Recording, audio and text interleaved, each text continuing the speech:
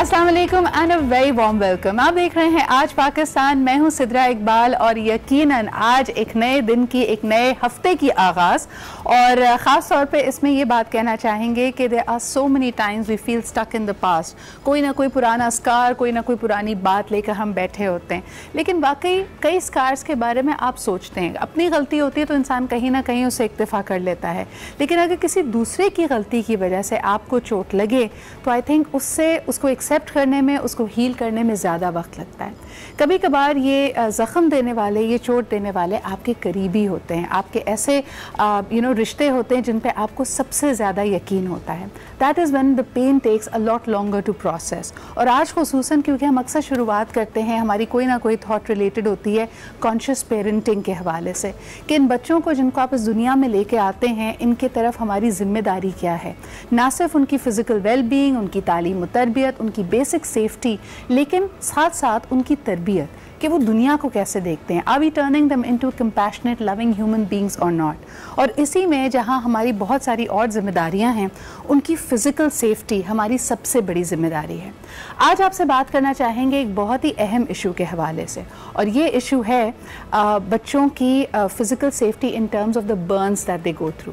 क्या आपको पता है कि हर तीसरे घर में एक बच्चा ऐसा मौजूद है जो कहीं ना कहीं हमारी लापरवाही की वजह से एक बहुत ही भयानक हादसे से गुजरता है, और इसमें हम बात कर रहे हैं बर्न विक्टिम्स की। इसके हवाले से एक बड़ी ज़बरदस्त मैंने अभी हाल ही में कैंपेन देखी online, and I was very glad that the makers of it reached out to me. It is about a burn centre, लेकिन शायद हमने इस इशू को इस जाविये से कभी नहीं देखा। तो लेट्स टेक अ लुक। मैं चाहूँगी कि उनका मैसेज मैं आपके साथ शेयर करूँ।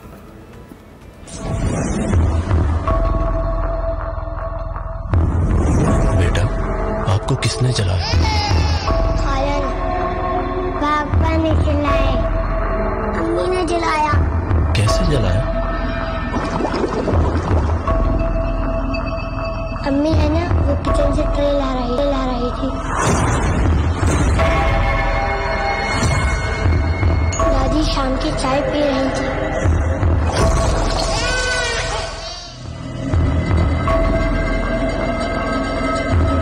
नाश्ता कर रहे थे, चाचा ने जलाया।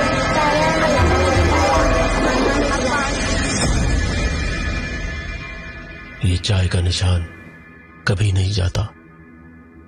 पीते हुए चाय बच्चों की पहुंच से दूर रखें। जी जनाब, आप देख सकते हैं कि ये बड़ा ही पावरफुल मैसेज है। हम अक्सर बात करते हैं चाय अगर गिर जाए तो उसका दाग या धब्बा हमारे कपड़ों पे पड़ जाता है, और उसके लिए हमारे पास बहुत सारे सॉल्यूशंस हैं, लेकिन ये छोटे बच्चे जो अपने आप को फेंड नहीं कर सकते, इनकी फ़िज़िकल सेफ्टी डायरेक्टली हमारी रिस्पॉन्सिबिलिटी है। जिस घर में भी बच्चे हैं, हम बहुत मेहनत करते हैं बेबी प्रूफिंग के लिए, यानी अगर कोई गैलरी है तो मेकिंग श्योर कि बच्चा वहाँ पर एक्सेस ना कर सके। कोई इलेक्ट्रिकल सॉकेट्स हैं तो उसके ऊपर कोई ना कोई ऐसा इंतज़ाम हो कि the kid doesn't get electrocuted. लेकिन ये छोटी छोटी चीज़ों में अगर हम लापरवाही बरतते हैं तो इसका निशान, इसका दिया हुआ स्कार बच्चा सारी ज़िंदगी कैरी करता है। शायद कॉस्मेटिकली आप इसको दूर भी कर सकें, लेकिन ये एहसास कि वो अपने ही घर में गैर महफूज था और उसके बेसिक जो प्राइमरी केयर गिवर्स हैं और उसका ध्यान नहीं रखा, I think that's a really अगली थॉट टू लिव विद। तो ज़रा ध्यान दीजिए, आपके इर्द गिर्द अगर बच्चे हैं तो बच्चे का कसूर नहीं है कि उसने हाथ मार दिया, कसूर आपका है कि आपने इस बारे में सोचा नहीं। तो बहुत अहम है इन चीज़ों के ऊपर नज़र रखना, क्योंकि द नंबर्स आर अलार्मिंग। आप सोचिए कि हर तीसरे घर में एक ऐसा बच्चा मौजूद है जो कि बर्न विक्टिम है, और अपनी लापरवाही की वजह से नहीं, शायद हमारी कोताही की वजह से। So think about it. एक छोटा सा ब्रेक लेते हैं। Will be and welcome back. आप देख रहे हैं आज पाकिस्तान, और आज मैं बहुत खुश हूँ because a very dear friend of mine was visiting from US, और इन्होंने काइंडली कंसेंट किया है कि ये मेरे शो में मेरे साथ होंगे। हमारी दोबारा मुलाकात हुई एट द 021 डिस्टर्ब, बल्कि जैसे ही पता चला he will be speaking there, I grabbed on to that opportunity. मैंने कहा असफी आपने मेरे शो में ज़रूर आना है। और he is doing is amazing. Like I have known him to always be doing enterprising things, लेकिन अभी कुछ सालों से ये अमेरिका में मुकीम हैं और एक बड़ी इंपॉर्टेंट डिबेट का हिस्सा है। आज हम बात करते हैं इंफॉर्मेशन टेक्नोलॉजी टेक्नोलॉजी की, एज ऑफ इंफॉर्मेशन की, जिसमें हमें लगता है कि हर चीज़ हमारी फिंगर टिप्स पे है। लेकिन क्या आप जानते हैं कि अभी भी आधी दुनिया के पास इंटरनेट कनेक्टिविटी नहीं है। बल्कि अपने ही मुल्क की अगर बात करें, 22 करोड़ की आबादी का मुल्क है अल्हम्दुलिल्लाह, बहुत सारे शहर, बहुत सारे कस्बे ऐसे हैं जहाँ पे इंटरनेट कनेक्टिविटी नहीं है। आपके और मेरे लिए ये अगर गेम चेंजर है तो दुनिया के हर शख्स के पास और हर यंग पर्सन के पास ये एबिलिटी, ये चॉइस, ये होप होनी चाहिए कि वो भी अपनी दुनिया को मुख्तलिफ अंदाज में इमेजिन कर सकता है। बहुत सारे प्रॉब्लम्स का हल निकल सकता है जी इससे, चाहे वो मोबिलिटी हो, एजुकेशन हो, हेल्थ केयर हो। लेकिन how is it going to be possible? क्या ये पॉलिसी मेकर्स के लिए, गवर्नमेंट के लिए बहुत महंगा सोल्यूशन है? पाकिस्तान में भी आप जानते हैं कि 5G की बात हो रही है, यानी हाई स्पीड ब्रॉडबैंड इंटरनेट। लेकिन लोगों ने कहा इस टेक्नोलॉजी को ला के हमें क्या फ़ायदा है, महंगी भी होगी, मजीद taxes, I mean there are so many barriers to entry. So today we'll have this conversation कि इन बैरियर्स को कैसे ख़त्म किया जा सकता है। How can we have that equalizer, the similar opportunities for everyone around the world and specially in Pakistan. हमारे साथ मौजूद है इसफंदियार शाहीन। अस्सलाम वालेकुम Asfi, how are you? Assalamu alaikum, sir. Thank you, and what a wonderful introduction. Thank you so Yeah, much, it's- and I think you're doing fantastic work. Asfi, Thank पहले you. तो बताएं Thank you. कि you decided to move out and you're at the Silicon Valley a little while ago. That's right. जब यहाँ पे काम कर रहे थे, you were also at the heart of, at the helm of things.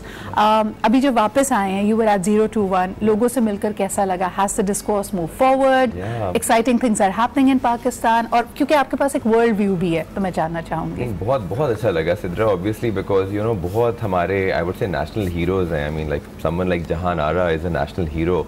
You know उन्होंने सिखाया है कि डिग्निफाइड लीडरशिप क्या होती है, ह्यूमिलिटी क्या होती है, यू नो बाकियों के बारे में कैसे सोचते हैं।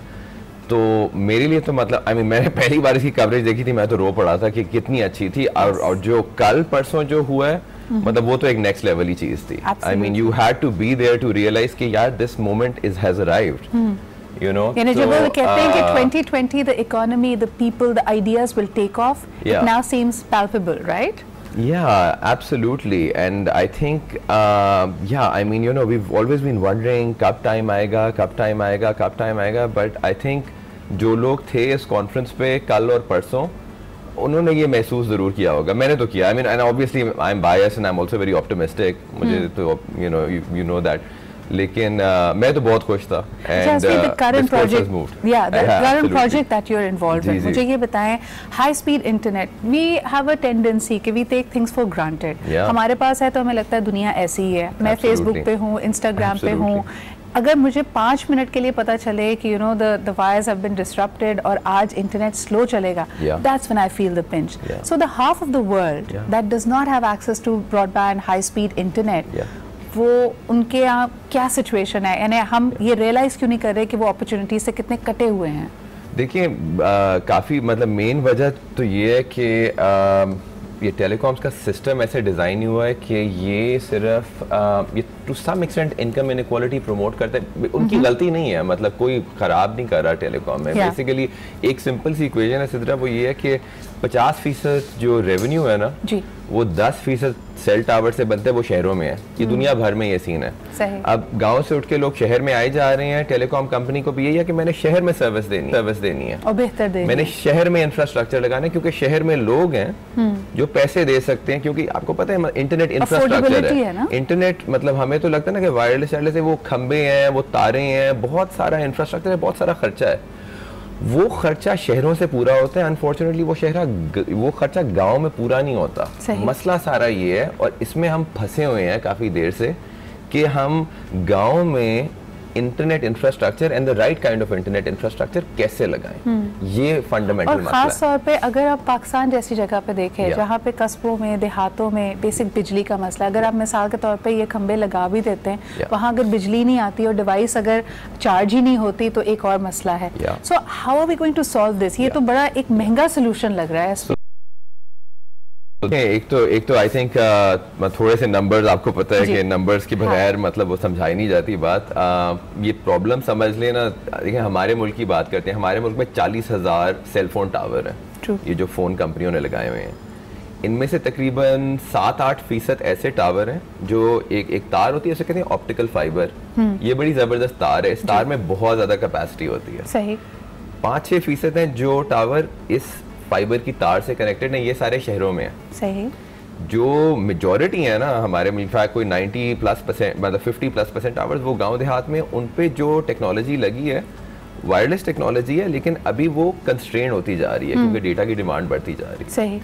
हमें जो चीज़ करनी है, हमें उन टावर्स तक ये फाइबर पहुंचानी है, क्योंकि अगर हम कैपेसिटी नहीं बढ़ाएंगे नेटवर्क की तो हम उतनी प्राइस डिक्लाइन कर नहीं सकते जिससे वो आदमी जो जैसे 5,000 रुपये महीने के कमा रहे, देखिए जो बंदा 5,000 रुपये महीने कमा रहा है ना, वो सिर्फ 100 रुपये खर्च सकता है। सही। जो मेरा काम है ना, उसका सवाल ये था कि हम 100 रुपये में अनलिमिटेड वीडियो इंटरनेट फोन पे कैसे दिखा सकते हैं, और उसकी इंसाइट ये थी कि अगर हम इस नेटवर्क की कैपेसिटी को 10,000 गुना बढ़ा देते हैं और इसको खड़ा कर लेते हैं तो ये हो सकता है। और अच्छी बात जो ये है, that's a unit economics of it. आप जितना इसको स्केल अप करेंगे उतना, यानी this is the pure economies of scale वाली बात है कि जितना आपने उसको स्केल अप कर दिया, उसकी कैपेसिटी जितनी ज़्यादा है, पहले अगर वो चीज़ सिर्फ अवेलेबल हो सकती थी 10,000 लोगों को, तो उसको प्राइस करना पड़ेगा बिकॉज इसकी एक पूरे इंफ्रास्ट्रक्चर की एक एक्चुअल यूनिट कॉस्ट तो है।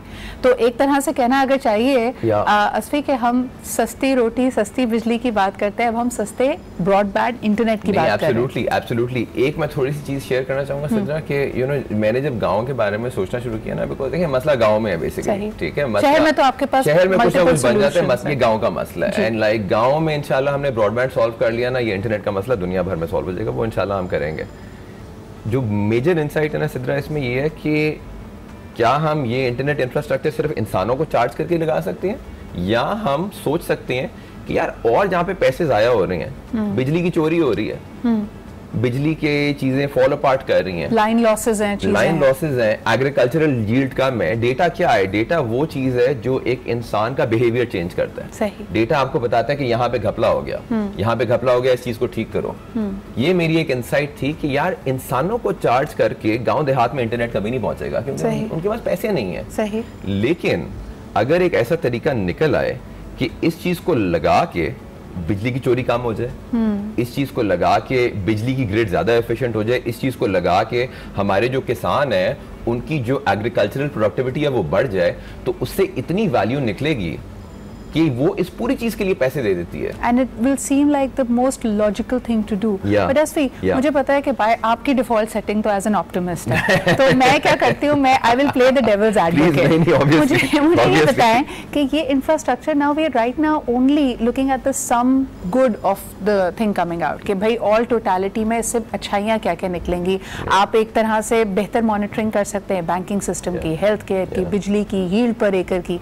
लेकिन क्या इसी टूल को, जैसे कहा जाता है ना एक चाकू है, उसको आप सेब काटने के लिए भी इस्तेमाल कर सकते हैं, और यू कुड एक्चुअली किसी को मारने के लिए भी इस्तेमाल हो सकता है। तो जो हमारा वो तखरीबकारी वाला एलिमेंट है, जहां आपने अभी फिलहाल लोगों को there is a lot of frustration, do you think they will get a tool that will somehow be misused as well, and will then be looking for solutions of those problems? Absolutely it will be misused, you absolutely right.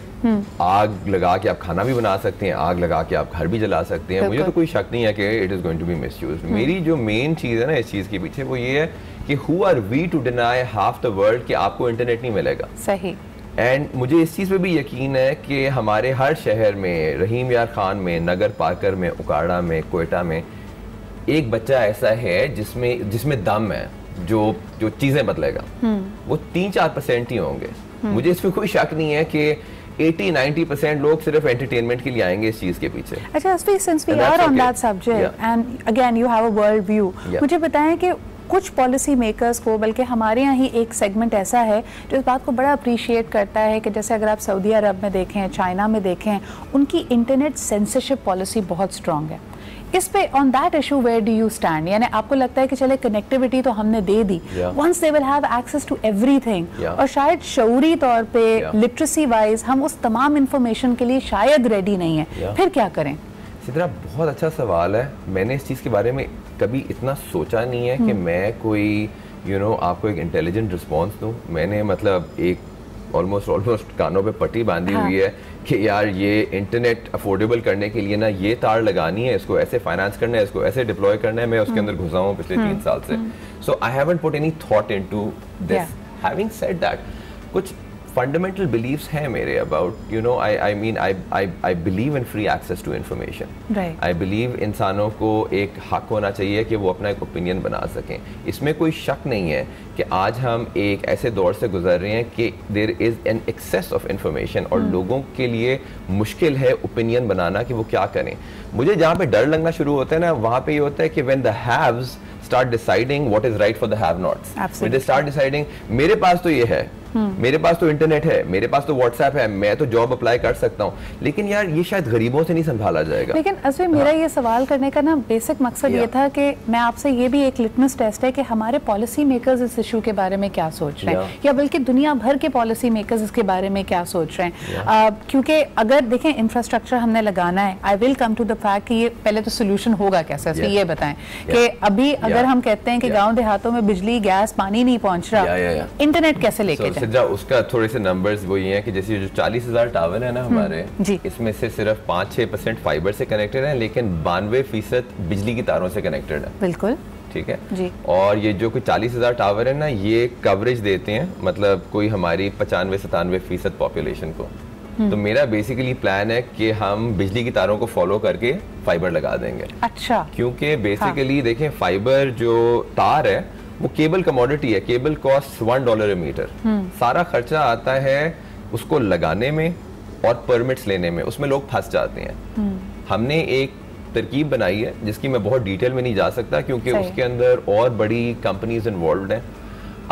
वो तरकीब कुछ ऐसी है कि हम बिजली की तारों पे इस फाइबर को बिछाएंगे एक ऑटोमेटेड तरीके से, जिससे हम बहुत कम कीमत में, हमारा जो कीमत आ रही है वो है $4 a metre.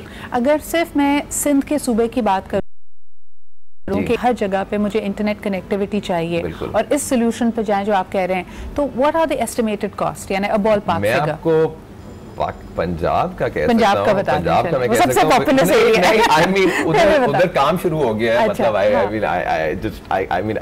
I don't have the exact breakdown, but देखिए पंजाब में we're looking at $500 million, and लेकिन I want to tell you ये कोई गवर्नमेंट से नहीं आएंगे, लेकिन आपको पता है ना मेरा तो काम है पैसे शैसे जोड़ना, राइट? तो ये डील जुड़ी हुई है, ये कमर्शियली डील जुड़ेगी, सही ठीक है। इसमें डील ऐसे जोड़ी, हमने यही सोच के जोड़ी है कि सब लोग साइन कर सकें इस डील पे, सही। इस पे हम आराम से 80% डेट फाइनेंसिंग ले लेंगे, जो इक्विटी ओनर्स को रिटर्न, मतलब डिटेल में जाए बगैर देखें कोई प्रोजेक्ट लगाने के लिए ना कुछ 7-8 लोग होते हैं, उनके अपने अपने पर्सपेक्टिव होते हैं, हर बंदा चाह रहा होता है कि भाई मुझे ये फायदा मिल जाए, मुझे ये फायदा मिल जाए। मैसेज यहाँ पे ये है कि $500 million में probably we'll have a high speed connectivity all throughout Punjab, which is very doable.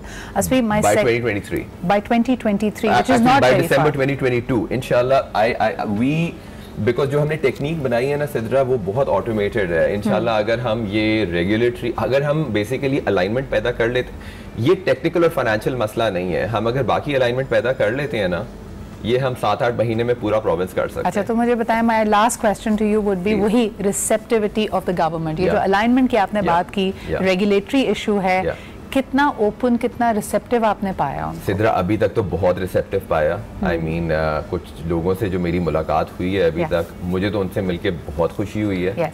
मुझे लगा है कि मतलब अगर मैं मतलब if I can name just one person जिनसे मुझे देख के लगा नाइस यार ये खुशी हुई आपसे मिलके, that's doctor Yasmin Rashid, and I felt amazing meeting her, and you know because obviously मतलब अभी we don't have that much time, but इसका बड़ा क्लोज लिंक है एजुकेशन और हेल्थ के साथ। सही सही। तो I'm very happy with मुझे ऐसा लगता है कि Asfi, I want to reiterate this point कि देखें ये सिर्फ और सिर्फ इनको हर देहात, हर कस्बे में पहुंचाने की बात नहीं है। आप हमारे बहुत सारे जो long they have been overdue मसाइल, हमारे जितने हमारे सस्टेनेबल डेवलपमेंट गोल्स हैं उसमें से कईयों को आप हल कर सकते हैं जब आपके पास ये इंफ्रास्ट्रक्चर हो। इट इज़ जस्ट लाइक कि आप एक रोड्स का जाल अगर बिछा रहे हैं तो आपकी फील्ड्स में से आपकी जो क्रॉप्स है वो मंडी तक पहुंच सकती हैं, और आपकी जो बाइंग पावर है, आपका जो लाइफस्टाइल है वो पूरा बदल सकता है। इमेजिन कीजिए, मैंने आपको पिछले दिनों अपने पैनल से रिलेटेड असफी यहाँ पे बात की थी कि मोबिलिटी, जब तक आपके पास मोबिलिटी सोल्यूशन नहीं है, मैं जॉब नहीं ले सकती जो मुझे पसंद बंद है क्योंकि मेरे घर से बहुत दूर है, मैं यूनिवर्सिटी नहीं जा सकती, मैं हेल्थ केयर नहीं कर सकती। लाइकवाइज यही सारी अपॉर्चुनिटीज़ के दरवाजे मेरे लिए बंद हैं जब तक मैं ऑनलाइन नहीं हूँ। So this is about opening those doors of opportunity. एक और थोड़ा सा चित्रा आगे अगर ले जाए ना, एक तो है ना ऑनलाइन, एक है हाई कैपेसिटी कम्युनिकेशन, ठीक है, एक तो है ना जो आजकल चल रहा है, मैं कहता हूँ गीगाबिट स्पीड कम्युनिकेशन। आप इमेजिन करें कि लाइक हमारे पंजाब में 65,000 स्कूल है, अगर वहाँ पे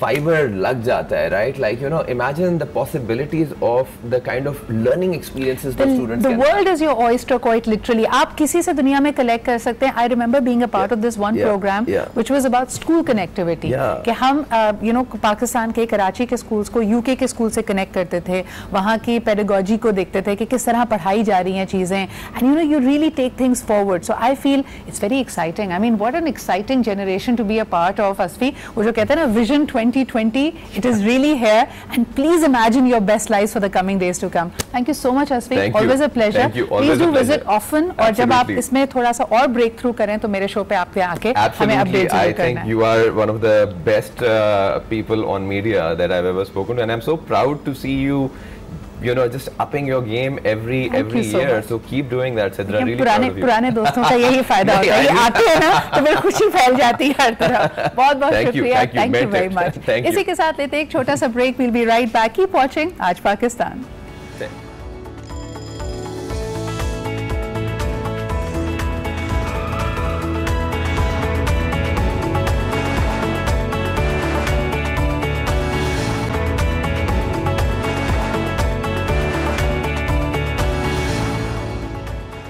welcome back after the break. आप देख रहे हैं Aaj Pakistan and thank you very much. इस वक्त मेरा social media online it's flooded with your messages. मेरे ख्याल में ये चाय का निशान जो हमने आपको हैशटैग दिया है, इसके बारे में मैं एक और आपको बात बताती चलूँ।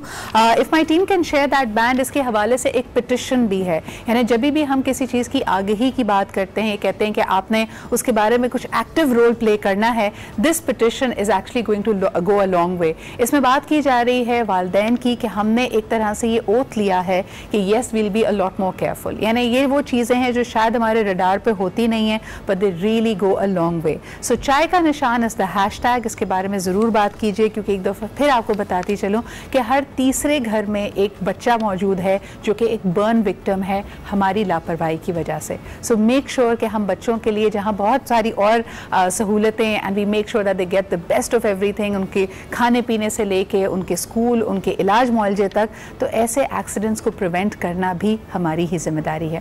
आगे बढ़ते हैं जी, आपको दिखाते हैं कि आज की टॉप स्टोरीज क्या हैं। Let's take a look at Aaj in focus. सूरत हाल हमारी, और किसी ने इसके ऊपर भी, क्योंकि हमारा सेंस ऑफ ह्यूमर तो आपको पता है बहुत ही अच्छा है, तो बात ये की जा रही है कि कल किसी ने एक मीम शेयर किया मेरे साथ। उन्होंने कहा कि कप्तान साहब तो जी चाय के साथ बिस्किट नहीं देते और ये मांगने वाले अब उनसे इस्तीफ़ा मांग रहे हैं, तो मिल ही ना जाए कहीं उनको। लेकिन वाज़ेह ये है कि ये तनाव की सूरत हाल किस तरह ख़त्म होगी। आगे बढ़ते हैं जी, आज एक्शन का रिएक्शन में हमारे पास एक ज़बरदस्त खबर है, ख़ास तौर पे सिख यात्रियों के लिए। जिस तरह कि आपको पता है कि करतारपुर राहदारी मुकम्मल तौर पे तैयार है और उसकी बाकायदा ओपनिंग जो होगी वो 9 नवंबर को होगी। कल हमने देखा कि वज़ीर आज़म इमरान खान साहब ने अपने सोशल मीडिया पे, अपने ट्वीट पे हुकूमत को और ख़ास तौर पे जितने भी मुंसलिक इदारे हैं जिनका काम रहा है उनको रिकॉर्ड टाइम में तमाम इंतज़ामात पूरे करने पर मुबारकबाद दी। This is definitely a very very important milestone. और जिस तरह के हम देख सकते हैं कि इंडियन पॉपुलेशन ख़ास तौर पे जो सिख यात्री हैं उनमें भी एक खुशी की लहर दौड़ी हुई है, उनके लिए एक बहुत ही अहम संग मील है ये। इस वक्त हमारे साथ मौजूद हैं तर्जुमान दफ्तर ख़ारजा जनाब डॉक्टर फैसल साहब। उनसे भी जानेंगे कि ये तैयारियाँ किस तरह आगे बढ़ रही हैं। अस्सलाम वालेकुम डॉक्टर साहब। वालेकुम अस्सलाम। सर पहले तो मेरी और मेरी पूरी टीम की तरफ से आपको बहुत बहुत मुबारकबाद। इसमें आपका एक बड़ा कलीदी हिस्सा रहा है। तमाम महकमों ने बिल्कुल रिकॉर्ड टाइम में ये राहदारी और इससे मुंसलिक तमाम मामलात को हल किया है। इस वक्त एक मेरे ख्याल में बहुत अहम संग मील इसकी 9 नवंबर की ओपनिंग होगी, उसके हवाले से हमें बताइए कि क्या तैयारियाँ हैं। जी बिल्कुल, ये एक तारीखी वाक़या है, कॉरिडोर का खुलना, एग्रीमेंट का साइन होना हिंदुस्तान के साथ। आप जानते हैं हमारी एक बड़ी डिफिकल्ट तारीख है हिंदुस्तान के साथ, जिसमें जंगें भी हैं, लड़ाइयाँ भी हैं, बड़े मुश्किल हालात हैं, जम्मू कश्मीर का मसला भी है। इसके बावजूद हमने ये राहदारी का एग्रीमेंट नेगोशिएट किया और इसको एग्री किया और साइन किया।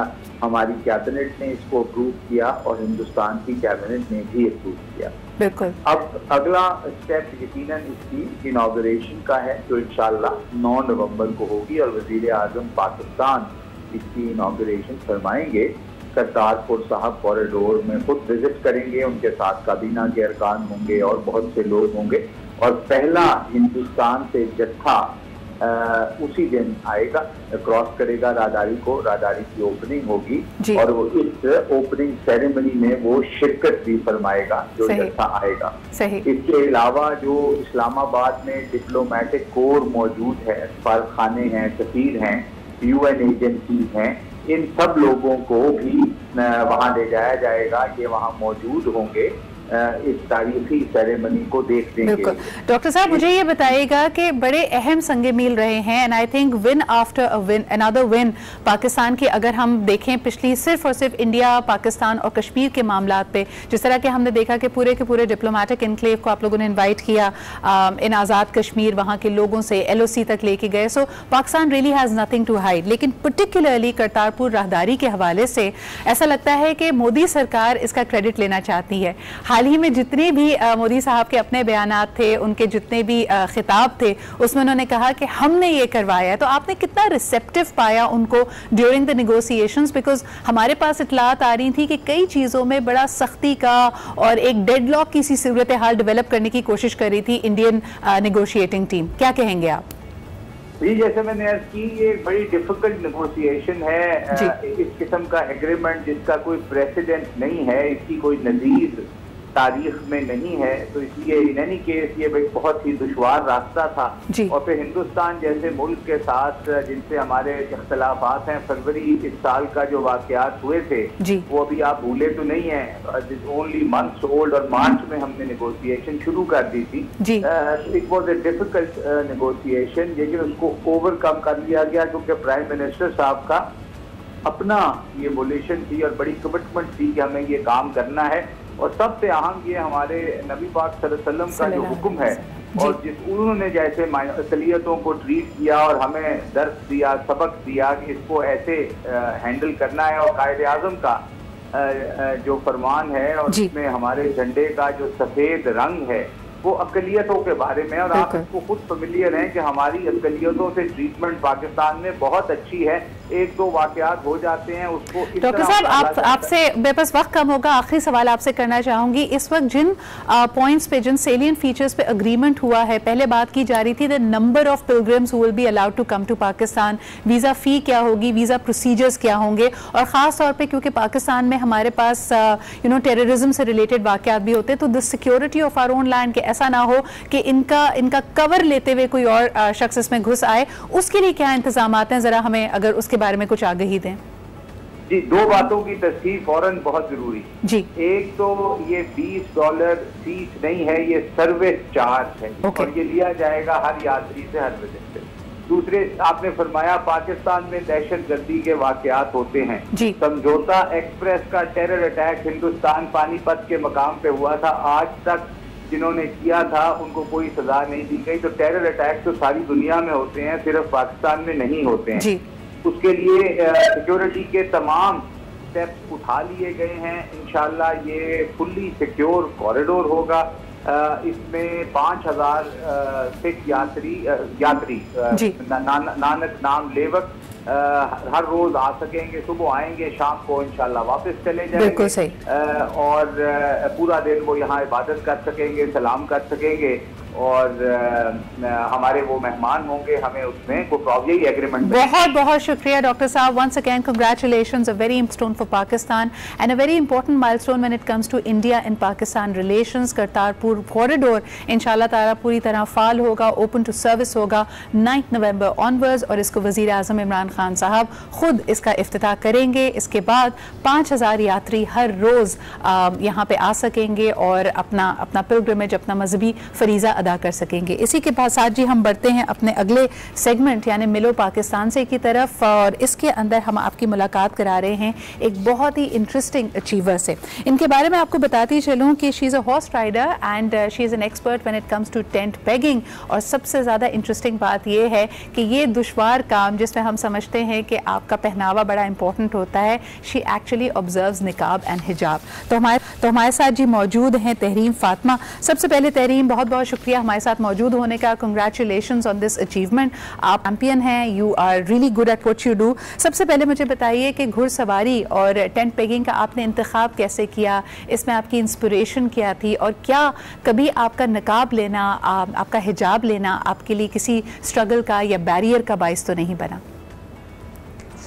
सिद्रा, मैं आपको ये कहना चाहूँगी इस बात पे कि पहली तो वाकई ये बहुत बड़ी बात है कि क्योंकि एक हिजाब और एक नकाब का एक स्टीरियोटाइप बना हुआ है, सही कि एक नेगेटिव सा, एक क्लीशे सा, एक स्टिग्मा, कुछ चीज़ें जोड़ दी हैं उसके साथ जी।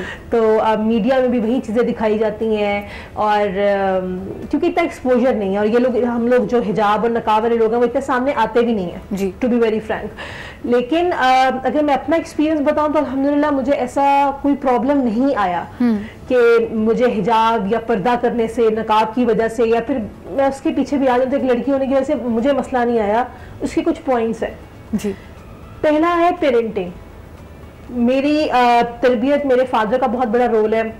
उन्होंने मुझे कभी किसी चीज़ से रोका नहीं है। कोई अच्छा काम, कोई जिसके यानी आपकी पेरेंट्स की फुली सपोर्ट आपके साथ थी। आगे बढ़ना बताइएगा तहरीम के, यानी ये तो बात आपकी बिल्कुल सही है कि उस तरह की कदगन आपके ऊपर नहीं थी, आपको कोई चीज़ पीछे नहीं खींच रही थी, लेकिन आम लोगों के रवैये क्या थे? क्या कभी उन्होंने आपको देखकर वर दे सरप्राइज, या आपको किसी तरह मज़ीद इनकरेज करने के उनके कमेंट्स थे, या कभी कभार उनकी बातों से आप दिल बर्दाश्ता भी होती थी? बिल्कुल बिल्कुल, क्योंकि कि ये कॉमन बात नहीं है ना, कॉमन प्रैक्टिस नहीं है कि आप नकाब में हो और आप को नकाब में अगर आप बोल ही रहे हो तो इट्स लाइक वाह, ये तो इतनी कॉन्फिडेंट है, नकाब में लोग कॉन्फिडेंट किस तरह हो सकते हैं, ये बोल कैसे सकते हैं? तो घोड़े पे बैठ के फिर घोड़ा भगाना, फिर टेंट पेगिंग करना, ये हाँ। तो फिर वो एक चीज कहते हैं नेक्स्ट लेवल आ जाता है। तो या I am really humble and very happy कि मेरे इस डिसीजन की वजह से people get inspired by that.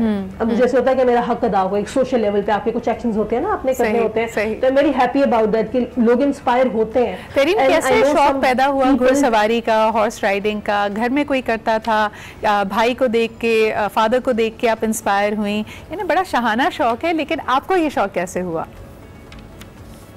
ये है कि जिस तरह मैंने बताया कि I have this openness to experience जी। मैं हर चीज़ एक्सपीरियंस करती हूँ because of the adrenaline rush and adventure, और मैं कोई नई चीज़ नहीं छोड़ती।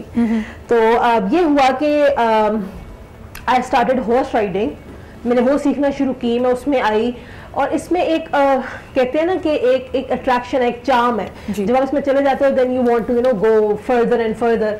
तो मुझे टेंट पेगिंग का ऑप्शन मिली and I started horse riding. There is a club in Valencia, a Marina saddle club, I started that, और उनकी ट्रेनिंग्स बहुत अच्छी हैं, मतलब जितने मुझे क्लब्स का पता है सब चीज़ें जो है जी इस तरह की प्रैक्टिस और इतने पैशन के साथ मैंने नहीं देखी। अच्छा तेरी मुझे ये बताइएगा कि शौक की हद तक रहेगा, या आपको लगता है कि you are going to train international championships में, किसी और मुकाबलों में आप पाकिस्तान को रिप्रेजेंट भी करना चाहेंगी? Basically, I'm a student of psychology and psychotherapy, and I'm very, very passionate about it. This is, very serious thing for me. So I'm gonna take these two things side by side.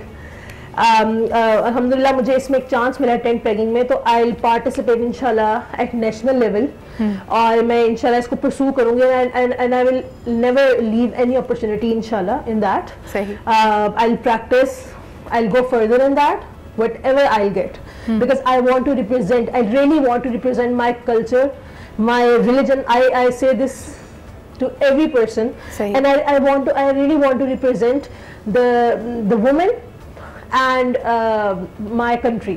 Absolutely Tehreem, you are definitely a role model. शुक्रिया हमारे साथ मौजूद होने का। और ख़ास तौर पे जिस तरह हम कहते हैं कि अगर आपका पहनावा और ख़ास तौर पे जो आपकी आइडियोलॉजीज़ हैं, आप किसी चीज़ के बारे में अगर स्ट्रांगली सोचते हैं कि जी मैंने ये पहनावा अपनाना है, इस तरह अपने रख रखाव को रखना है, दीन के अहकामात को ऐसे फॉलो करना है, लेकिन उसके साथ शायद आपको नॉर्मल ज़िंदगी में जो आपकी हॉबीज़ हैं उसके लिए हर्डल्स आप अपने जहन में वो बैरियर्स क्रिएट करते हैं। So we wanted to introduce you to Tehreem, जिन्होंने इसको बिल्कुल भी किसी तरह का बैरियर नहीं समझा। अपनी आइडियोलॉजी को, अपनी वैल्यूज़ को फॉलो करते हुए she is pursuing her passions as well, and I think more girls should do that, more women should do that, and every individual should do that as well.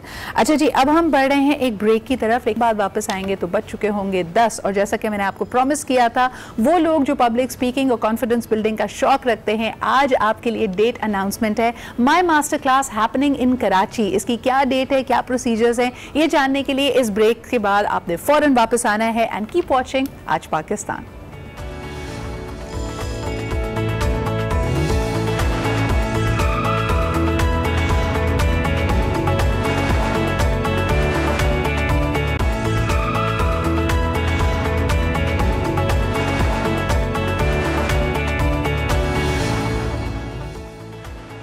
Welcome back after the break. आप देख रहे हैं आज पाकिस्तान, तैयार होशियार खबरदार। मैंने जिस तरह से आपसे कहा था कि मास्टर क्लास कराची की डेट्स मुझे अनाउंस करनी है, इसका पोस्टर रिवील मैं करना चाह रही हूँ। पहले तो मेरी टीम भाई पोस्टर रेडी है, दिखा सकते हैं क्या हम व्यूअर्स को?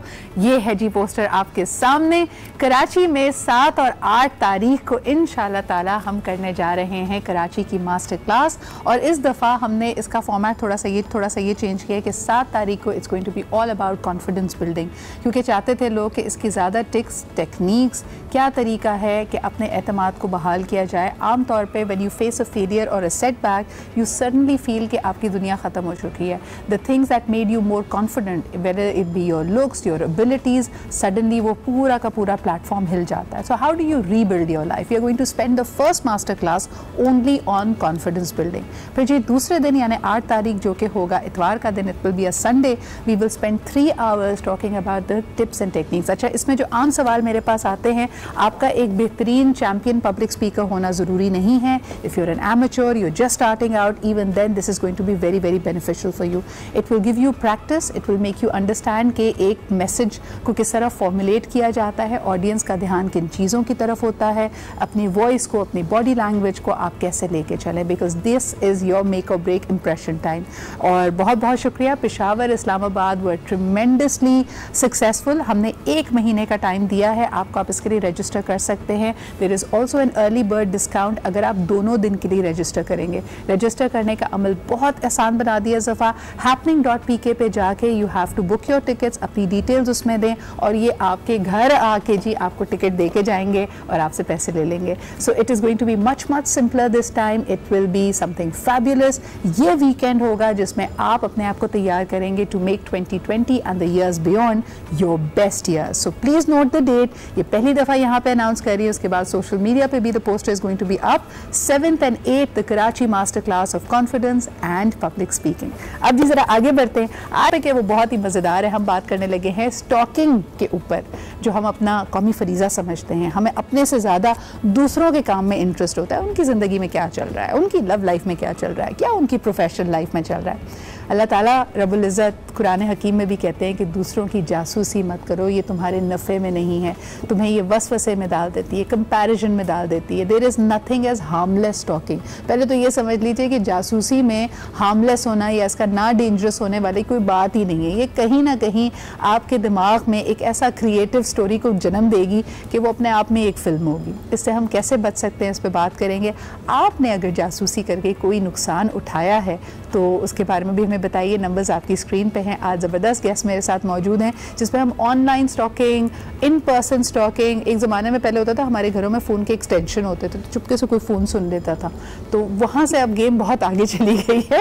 इस पर हम बात करेंगे। अब हमें पासवर्ड्स पता होते हैं, पासवर्ड्स हम हैक करते हैं, बड़े बड़े रिवेंज का ज़माना है जी। इस पर बात करना बहुत ज़रूरी है because ignorance is not bliss in this case. हमारे साथ मौजूद हैं doctor Nazia Ashraf and of course we have Zeeshan with us who is also a vlogger and an RJ. Thank you so much guys for being here. बड़ा मजेदार topic है। मुझे बताएं doctor Nazia, आपसे तो मैंने शुरुआत करनी है, क्या आपको लगता है कि लोग आपसे आके दूसरों की स्किन केयर रेजीम पे जासूसी करना चाहते हैं कि देखें जी ये पहले तो इतनी गोरी ना थी, इसने क्या कराया मुझे बता दें। मेरी कजन को क्या हो गया, उस सेलिब्रिटी को मैंने आपके क्लिनिक से निकलते देखा तो वो क्या करा रही है, क्यों हो रहा है, या ये जज करने के लिए कि आप कितने अच्छे डॉक्टर हैं आपको कुछ 2-4 बड़े बड़े लोगों के नाम या केसेस उन्हें बताने चाहिए वकौल उनके, ताकि हम उन्हें जस्टिफाई कर सकें या उन्हें सेटिस्फाई कर सकें कि जी हम बहुत अच्छे डॉक्टर हैं। तो दूसरों की टोर लगाना आप बिल्कुल सही बात कह रही हैं कि इस कदर कॉमन है, चाहे वो एक फैमिली सर्कल के अंदर है, चाहे वो प्रोफेशनल है, इवन विद इन डॉक्टर्स आप ये देख लें, ये भी बहुत ज्यादा कभी आप देखते हो कि आप में से तो कई लोग एक दूसरे को जानते हैं, एसोसिएशंस का हिस्सा हैं, I mean you are the same fraternity, अचानक से किसी की मेटेरिकल आप देखो कि जी ग्रोथ हो रही है और सक्सेस आ रही है, तो क्या कहीं ना कहीं आप, हम देखें हम इंसान है, हम भी तो जरा तजस्सुस का शिकार हो जाते हैं कि क्यों इसके पेशेंट अचानक क्यों बढ़ गए, उसे क्या हो गया, वो क्या कर रही है, उसकी बहुत सुनने में आ रहा है कि बहुत सारे लोग जा रहे हैं, तो obviously it creates lot of differences, it creates lot of difficulties, बहुत प्रॉब्लम आती हैं, बहुत लोग आपके दुश्मन बने जाते हैं। बल्कि बात देखें इस सारी जो आपने आज टॉपिक लिया है इसमें मेंटल मैच्योरिटी बहुत इंपॉर्टेंट है। जो लोग ये समझते हैं, जो कि हमारा एक बेसिक प्रिंसिपल है लाइफ का, कि जो हमारा नसीब है वो हमें जरूर मिलेगा और जो जिसका है वो उसको मिलेगा, तो ये तमाम तजस्सुस और इन सब चीज की जरूरत ही नहीं है। लेकिन ह्यूमन फैक्टर है ना, ह्यूमन नेचर इज क्यूरियस। कैसे हो सकता है कि हम अगर घर में भी रहते हैं, हम 4 बहन भाई भी हों और एक किसी की अम्मी से ज्यादा अंडरस्टैंडिंग है, तो हम चाहते हैं जानना कि भाई क्या बात कर रही हैं, तो हाउ डू वी ये हमें किसी गलत रास्ते पे ना ले जाए, how do we prevent that? मतलब वो इनकी भी बात सही है, डॉक्टर की भी सही है कि मेंटल मैच्योरिटी तो एक चीज होती है, but I am just thinking कि जब आप स्टॉकिंग की बात कर रहे हैं, हमारा अपना कोई जो भी ऑब्जेक्टिव होता है, बेनिफिट होता है कि यार हमें इससे ये फायदा हो जाएगा, वो फायदा हो जाएगा, अब this levels, I think being an RJ and being an actor as well, हम लोग जब करते हैं स्टॉक, आई टेल अबाउट, मैं अपना पर्सनल एक्सपीरियंस शेयर करता हूँ कि अगर मैंने कभी की है और की है मैं मानता हूँ, तो क्यों की है। हम लोग जब कर रहे होते हैं तो हम लोग के जरा प्रोफेशनल बेनिफिट्स होते हैं कि अच्छा यार ठीक है, जिस तरह भी आपने बात की कि यार इस बंदे ने अपना स्किन चेंज करवा लिया, कलर चेंज करवा लिया, फैट लॉस इमीडिएटली इसने कैसे करवाया, इसको बड़े-बड़े प्रोडक्शन कंपनी से क्यों हायर करना है भाई, इसकी अगर ये ऐसे बात करता है किसी प्रोड्यूसर के साथ, किसी डायरेक्टर के साथ, तो ये क्या बातें करता है, किस तरह से, हाउ इज ही सो राम कैसे कर लेता है उनको, you are trying to get that professional competitive edge कह लें उसको, या उस तरीके से। अच्छा, जहां पे पर्सनल चीजें आ जाती हैं कि भाई ये अब इस इंसान के साथ क्या बातें कर रहे हैं, हटा दो प्रोफेशनल कैपेसिटी को। अच्छा, मुझे एक बात बताएं, वैसे सच ऑनलाइन हमारे जो टूल्स हैं, सोशल मीडिया, उसने स्टॉकिंग को कितना आसान बना दिया? स्टॉकिंग मतलब अब आप स्टॉकिंग बोलती है तो फिर वो उस तरह से, लेकिन हम तो कह रहे थे ये देखो मैं ये कर रहा हूँ, ये देखो आज मैंने इससे बात की, ये देखो मैंने इससे किया, हमारी फेसबुक स्टोरीज है, ये तो आप बता रहे हो ना। मेरा कहने का मतलब है कि हम देखें, हर हम में से शख्स के बहुत सारे फ्रेंड्स होंगे फेसबुक पे, राइट? अब उन फ्रेंड्स में से मैं खुद आपको बता सकती हूँ, चले मेरी अपनी बात कर लेते हैं। मेरे प्रोफाइल पे इस वक्त कोई 1800 मेरे दोस्त हैं जो मुझसे कनेक्टेड हैं, राइट? जो मेरा पब्लिक नहीं, मेरा पर्सनल प्रोफाइल देखते हैं।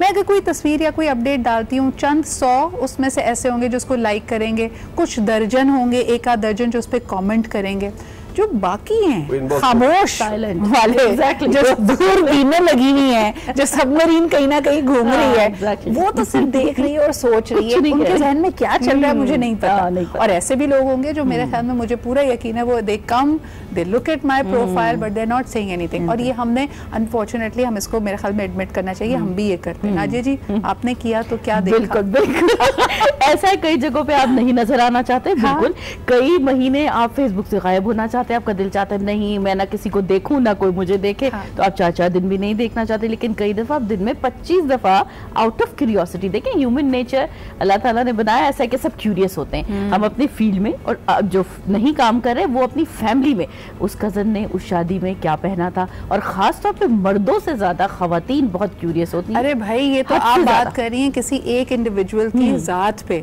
लेकिन जीशान, हमने तो we see people have made a career out of it कि अगर पब्लिकली शो बिजनेस में पता है कि so and so are together, किसी का कपल है, तो हम बाकायदा एक का प्रोफाइल देखते हैं ये छानने के लिए कि दूसरे ने कहाँ कहाँ कमेंट किया है, क्या लाइक किया है, क्या इनके बीच में कोई मिसअंडरस्टैंडिंग है तो एक दूसरे में लड़ाई कैसे की है। कभी यहाँ तक भी हम देखते हैं कि अपने ही किसी दोस्त से अगर हमारी लड़ाई हो जाती है और हमने कुछ उसको कह दिया या ब्रेकअप हो गया या फलाना, तो जाके देखते हैं कि यार मेरे कहे का कुछ असर भी हुआ है या उसके बाद तुम क्या कर रहे थे। आधी लड़ाइयाँ रिलेशनशिप्स में और दोस्तियों में इस बात पे होती है कि जब हमारी आपस में लड़ाई थी तो तुम किसी और की तस्वीरें क्यों लाइक कर रहे थे? निशान इसमें रोशनी तो डालें। कमाल नहीं, मतलब हर बंदे सच्ची बात करनी चाहिए ना। ऐसे है। अच्छा, ज्यादा इशू आई थिंक ज्यादा इश्यूज होते भी रिलेशनशिप्स के अंदर ही है। स्टॉकिंग में जब यही कि हाँ भाई हमारी लड़ाई हुई भी, तुम एक्टिव क्यों हुई भी सोशल मीडिया के ऊपर, क्यों लाइक कर रहे हो? तुम्हें कोई फर्क ही नहीं पड़ रहा। अच्छा, talking to this person as well. अच्छा, क्या बात हो रही थी यहाँ पे? अब एक स्विच ऑन। अच्छा, बेस्ट ये देखो, लड़ाई हमारी हुई है, तुमने डीपी क्यों चेंज की है? तुम किसकी अटेंशन चाह रहे हो? Who are you making yourself अच्छी वाली डीपी लगा ली? हाँ, तो अच्छी वाली। मुझे अच्छा, जिस पे जो मना की होती है ना, इसमें तुम ज्यादा प्यारी लग रही थी, ये मत लगाना। जैसी लड़ाई हुई फौरन वही वाली डीपी ऊपर। नाजिया जी सच बता रही हूँ, बड़ी सच्ची बात है, मेरी लोगों से देखती रही है, लेकिन वाकई बहुत मजेदार है। हाँ। इतनी इन डेप्थ एनालिसिस है। देखें, जिस चीज से नफरत है लड़ाई में वही ऊपर। आप ये देखें, आप चलें हस्बैंड एंड वाइफ की बात कर लेते हैं। हस्बैंड एंड वाइफ आपस में लड़ के सुबह सुबह चाय के नाश्ते पे लड़ाई हो गई। उसके बाद जी हस्बैंड साहब चले गए ऑफिस और बीवी घर पे। अच्छा, मैसेज किया, मैसेज पे सीन आ रहा है, रिप्लाई नहीं आ रहा। उसके बाद फौरन दूसरा अटैक होगा, जरा मैं देखूं फेसबुक पे एक्टिव है या नहीं। अब वो हरी बत्ती आपकी जिंदगी की लाल बत्ती बन जाएगी। और इंस्टाग्राम पे एक्टिव ना हो, ये नहीं। अच्छा, बहुत सारी मिसअंडरस्टैंडिंग्स भी होती है ना फिर।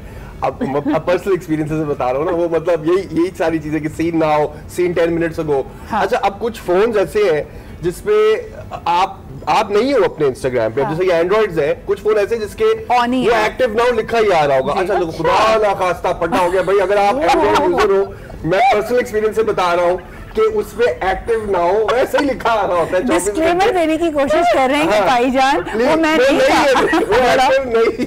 बड़ा इंफॉर्मेटिव शो है। देखिए, आज का बड़ा इंफॉर्मेटिव शो है, लेकिन आपको बताएं, कल मैं एक और शो देख रही थी, उसमें उन्होंने कहा कि बच्चों की जासूसी करने के लिए अब आपके पास बहुत सारे टूल्स एंड एप्स मौजूद हैं। यानी हमारे यहाँ पेरेंट्स जरा इस बात से घबराते हैं ना कि बच्चे को स्मार्टफोन दे दिया, अब तो जी दुनिया का पेंडोरास बॉक्स खुल गया है। लेकिन वहाँ पे आपके पास हमारे सोसाइटी में एक लाइसेंस मौजूद है कि अम्मी अब्बू देख सकते हैं। तो आपके पास नेट नैनी और बाकी सारी चीज़ें, और वो इतनी इन डेप्थ है नाजिया जी कि वो आपने जो कॉन्वर्जेशंस करने के बाद डिलीट कर दी, जो तस्वीर खींचने के बाद डिलीट कर दी, वो भी निकाल के आपके पेरेंट्स को बता सकती है और रियल टाइम बता सकती है कि बच्चे ने क्या सर्च किया है, क्या देखा है, किससे बात की है। तो बड़े खतरनाक वो हैं। और जब मैं इसको पढ़ी थी, मैंने कहा देखना, हमारे यहाँ पाकिस्तान में ये बच्चों की जासूसी करने के नहीं, ये शौहर की जासूसी काम करने के लिए काम आएगा सारी तौर पे। अच्छा, इसको हमारे यहाँ लॉयल्टी का अब लाइसेंस भी समझा जाता है। अच्छा, नहीं है ना तुम्हारे पास कुछ छुपाने के लिए, तो देना जरा अपना password.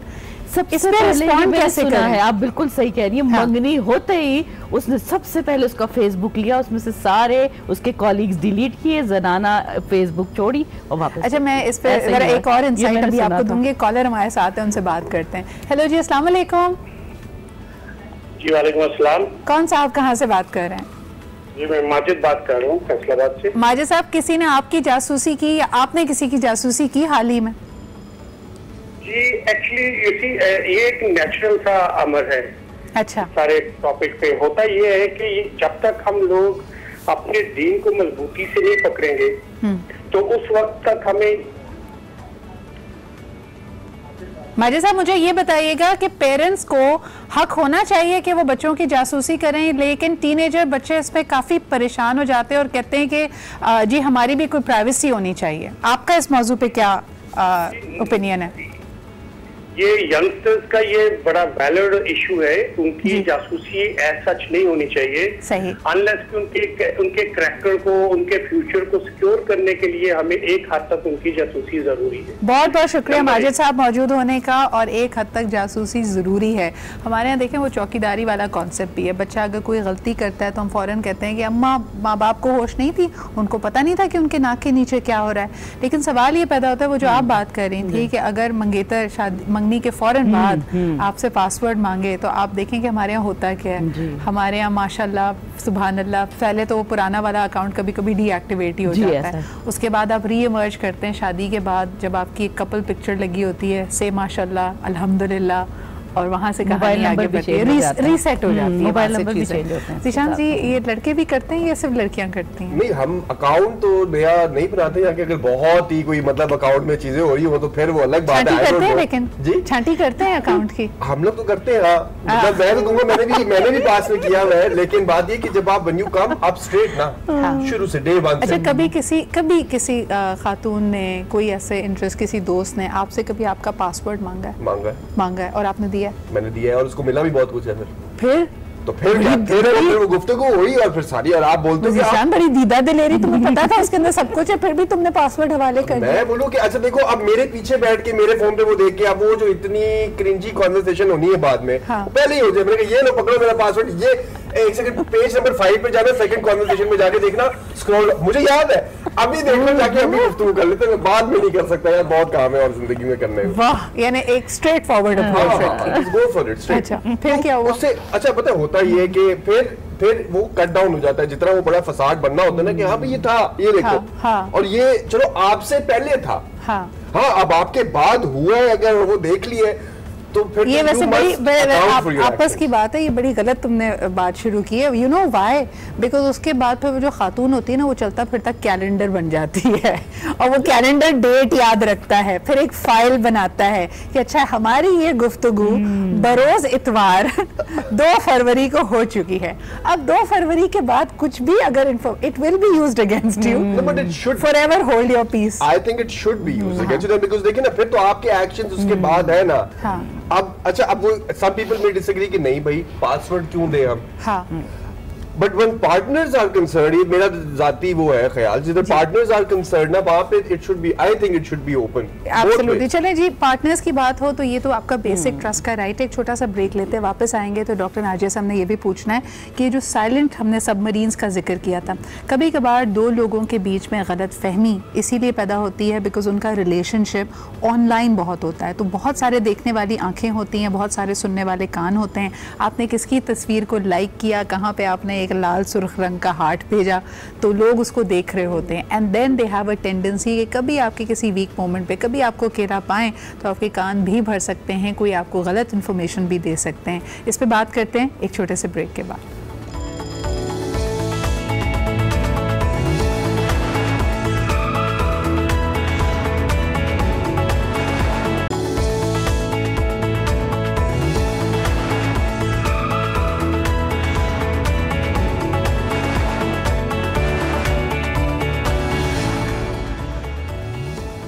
Welcome back after the break. बड़े अहम एंगल्स को लेके हमने चलना है। एक ये कि वो दोस्त जो लोगों की जासूसी कर रहे होते हैं और बेसिकली उनका काम ही है, आप किसी ऐसा शख्स को ज़रूर जानते होंगे, हर शख्स एक ऐसे शख्स को ज़रूर ऐसा जानता है जिससे आप किसी के भी बात करें तो वो आपको अगले 15 मिनट में उसकी सारी इन्फॉर्मेशन निकाल के देगा, and that is you know कई सूरत हाल में आपके लिए इंपॉर्टेंट होता है। जैसे आप किसी बंदे को अगर किसी ज़रूरी काम के लिए हायर कर रहे हैं, आपको बैकग्राउंड चेक करना ज़रूरी है। कहीं रिश्तों का मामला है तो लोग पहले इशारों किनारों में कहते थे और फैमिली मेम्बर्स या मर्द हजरात उनकी एक बैकग्राउंड चेक करके ला के देते थे।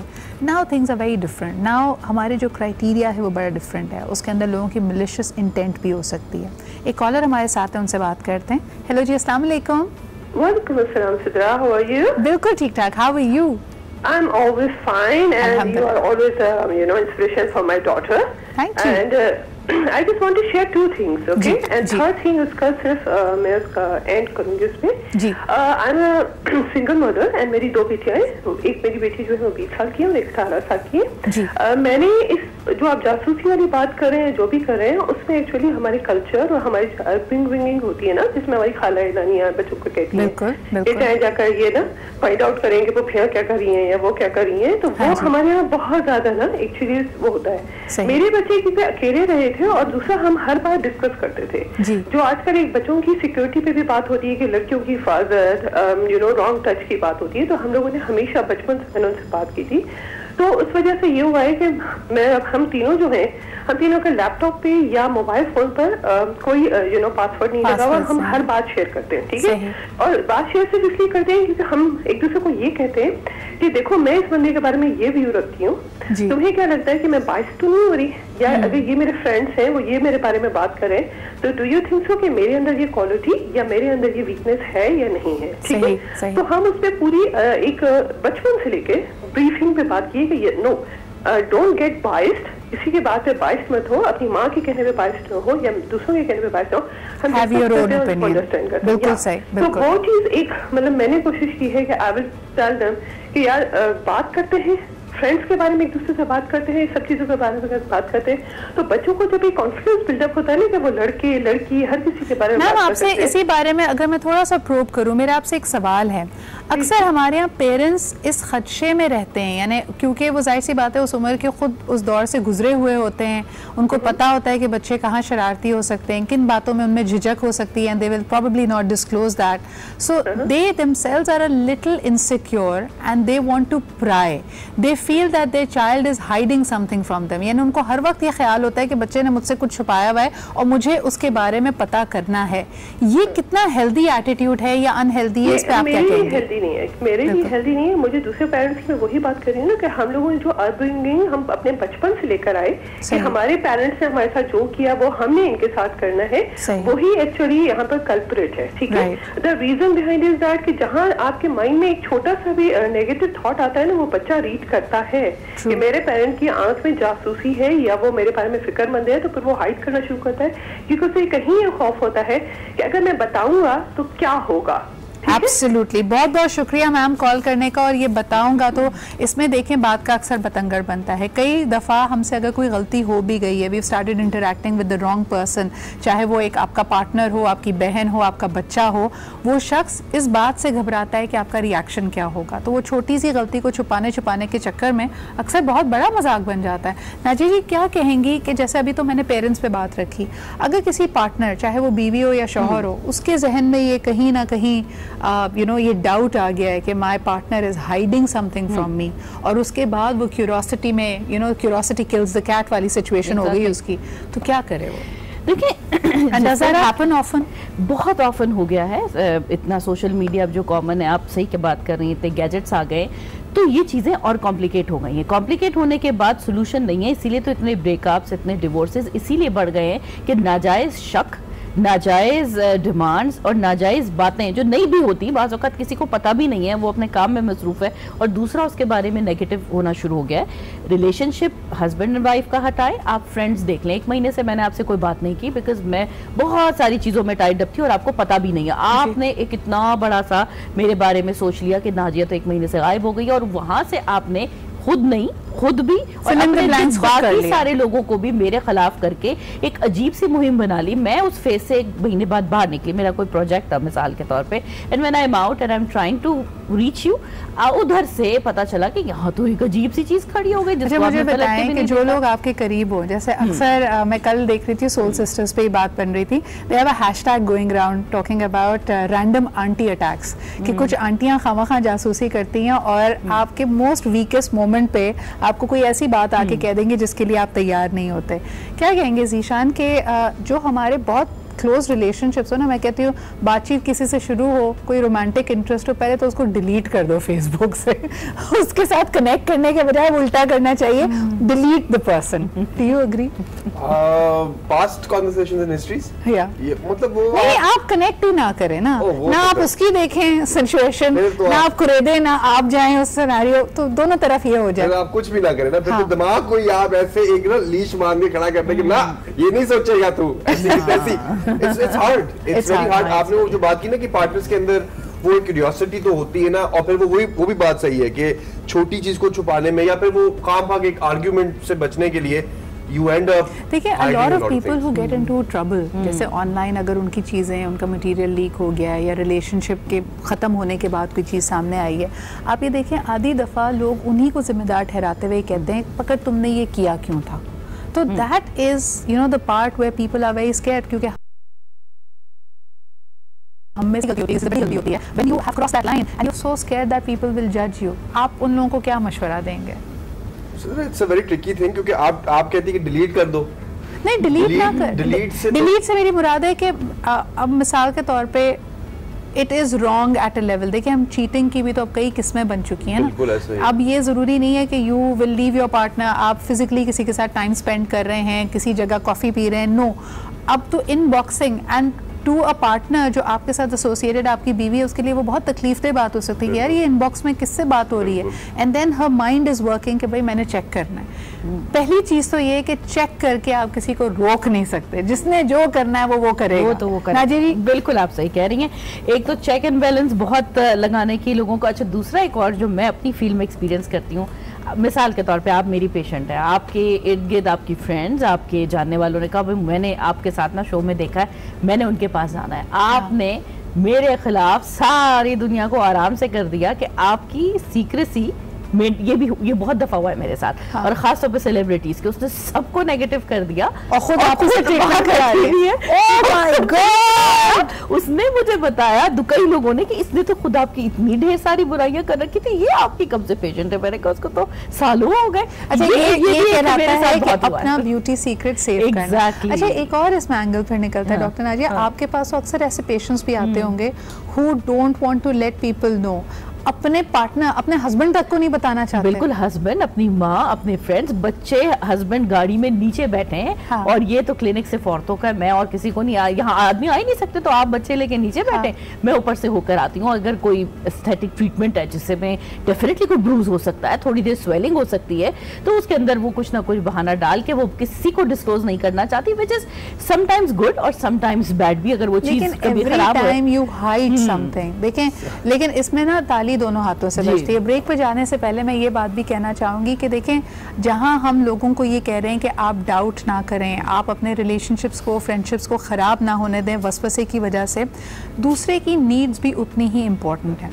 एक खातून या एक शख्स, चाहे वो मर्द हो या औरत, वो कब जासूसी की तरफ जाने की तरफ माइल होता है? जब उसको लगता है कि उसकी कोई ना कोई नीड पूरी नहीं हो रही, जब उसको अटेंशन नहीं मिल रही है। अगर एक खातून निगलेक्टेड फील करती है, उसको लगता है कि यार मेरे हस्बैंड का दुनिया में इतना अच्छा ओपिनियन है, everybody loves him, he is so jovial, दूसरों को कॉम्प्लीमेंट्स देता है, मुझे नहीं देता, दैट्स व्हेन शी स्टार्ट्स। और अगर आप ये फील करें ना, the worst thing you can do to a person is कि आप उसको ये कहें, ओ यू टू सेंसिटिव, तुम बहुत हसास हो। वो अपनी एक नीड का, एक इमोशनल नीड का इजहार कर रहा है। हो सकता है वो ज़्यादा क्लिंगी हो रहा हो, ज़्यादा नीडी हो रहा हो, but at the same time it's a need and you need to address it. और मैं ये बात बार बार कहती हूँ, आपकी इमोशनल नीड्स को अगर आप फंक्शनल तरीक़ों से, सही तरीक़ों से एड्रेस नहीं करेंगे तो वो डिसफंक्शनल हो जाएगा। यानी आपकी ख्वाहिश, आपकी चाहत उस शख्स के लिए इतनी है कि जब वहाँ से रिस्पॉन्स नहीं मिल रहा तो उसका डिसफंक्शनल तरीका है कि उसी के बारे में आपने जासूसी करके अपने आप को इंफॉर्मेशन गैदर करना, अपने आप को किसी तरह सेटिस्फाई करने की कोशिश की है। एक छोटा सा ब्रेक लेते हैं, will be right back.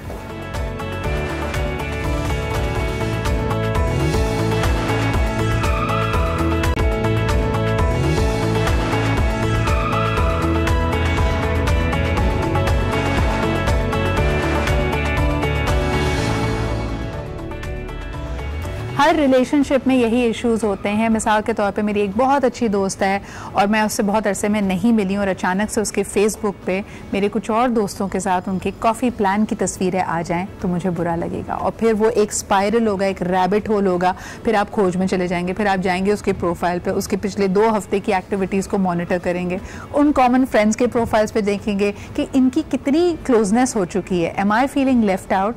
So the underlying issue over here is not the fact कि अंडरलाइंग इशू ये होगा कि I am feeling left out and I am feeling lonely. So कई दफ़ा जब आप जासूसी, स्टॉकिंग, स्पाइंग की तरफ जाते हैं, ये अंदर हमें अपने इस इमोशन के साथ थोड़ी देर बैठना पड़ेगा कि why am I incline to do that. चाहे वो हस्बैंड हो, चाहे वो वाइफ हो, चाहे वो फ्रेंड हो, चाहे वो कोई माँ क्यों ना हो, अगर वो समझ रही है कि मेरा बच्चा मुझसे कुछ छुपा रहा है, आप पहले इस इशू पे बात कीजिए कि छुपाने की ज़रूरत क्यों पड़ी, why do you have to play policeman. लेकिन हम सारों के अंदर एक मौला जट है, क्या करें? है तो सही, बिल्कुल है। बट अगर आप वो अपना एक रिलेशनशिप का जो ट्रस्ट लेवल है और कम्युनिकेशन इतनी ओपन रखो ना कि अगर चलो आपने देख भी लिया या आपने नहीं भी देखा, जो इतनी ओपन रखो कि वो अगला आके खुद बताए, ये देखो कैसा राइस ना, गुड नहीं मतलब विलन होगा और एक फ्राइंग पैन होगा जीशान। अपने एक्शंस तो देखे ना, you are accountable for your actions, अभी या बाद में, इन द आफ्टर लाइफ। यानी दिलेर हो जाए ना, आप कह रहे हैं तो हो। अब आपने दिलेरी वाली हरकतें करनी है, एक्शंस करने, तो फिर लेकिन छुप छुप के करने। देखिए अलमिया, ये मुनाफिकत है ना हमारे यहाँ। नाजिया जी या फिर करे ही ना, देखिए तो नहीं होगा ना जब आप विलन दिखा रहे हैं। आई बॉट दिस, मैं इस्तांबुल गई थी तो मैंने उनकी कैलीग्राफी ली और वो लिखा हुआ, क्योंकि वो अरबी खताती में था, टर्किश, उसका बहुत पुराना वो। मैंने उससे पूछा इसका मतलब क्या है, उसने कहा अपीयर एज यू आर और बी एज यू अपीयर। ये उसका मफहूम है, यानी या तो दिखो वैसे जो तुम अंदर से हो, नहीं तो जैसे अंदर से हो वैसे दिखना शुरू कर दो।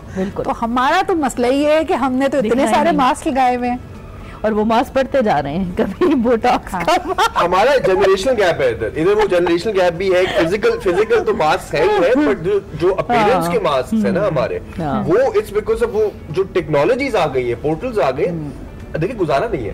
पहले बड़ी इंटरेस्टिंग बात की तरफ तुम जा रहे हो जीशान, कि पहले हमें लगता था कि हम जासूसी कर क्यों रहे हैं, क्योंकि इससे हमें ऐसी इंफॉर्मेशन मिलेगी जो हमें मदद करेगी, यानी किसी ने मेरे साथ दगा किया है, वो अच्छा शख्स है नहीं है।